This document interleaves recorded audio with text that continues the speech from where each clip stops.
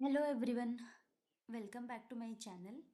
अगर आप CMA final corporate and economics law paper को लेकर टेंशन में हो, अगर आपको लगता है लॉ का सिलेबस बहुत वास्ट है और समझ नहीं आ रहा कि मार्क्स कैसे स्कोर करें, तो ये वीडियो आपके लिए है। आज मैं आपको बताऊंगी 4 सिंपल स्ट्रैटेजीज जो आपकी आंसर राइटिंग को इम्प्रूव करेगी और लॉ में आपके मार्क्स को बढ़ा देगी। Strategy number 1, provision section reference. सबसे पहले अपना आंसर प्रोविजन के साथ स्टार्ट करिए। सेक्शन नंबर मेमोराइज करना मैंडेटरी नहीं है और डरने की भी ज़रूरत नहीं है एग्ज़ाम में सेक्शन को लेकर।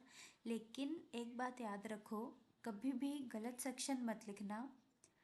अगर सेक्शन याद नहीं है तो आप छोड़ दो, अगर याद है तो आप लिखो।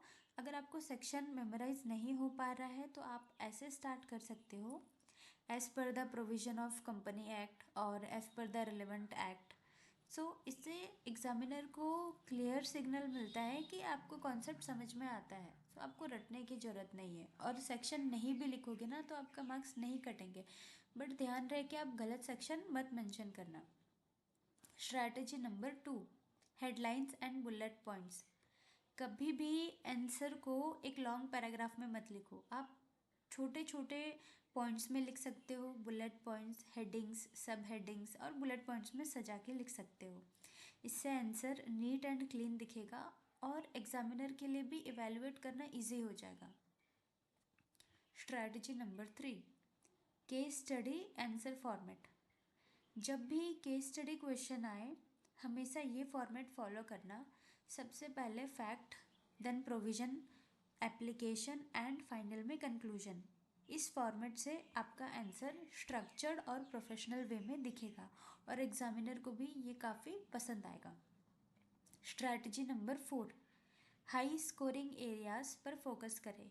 लॉ के कुछ इम्पॉर्टेंट चैप्टर्स है जो हमेशा हाई स्कोरिंग होते हैं। For example company law, SEBI, FEMA, company act.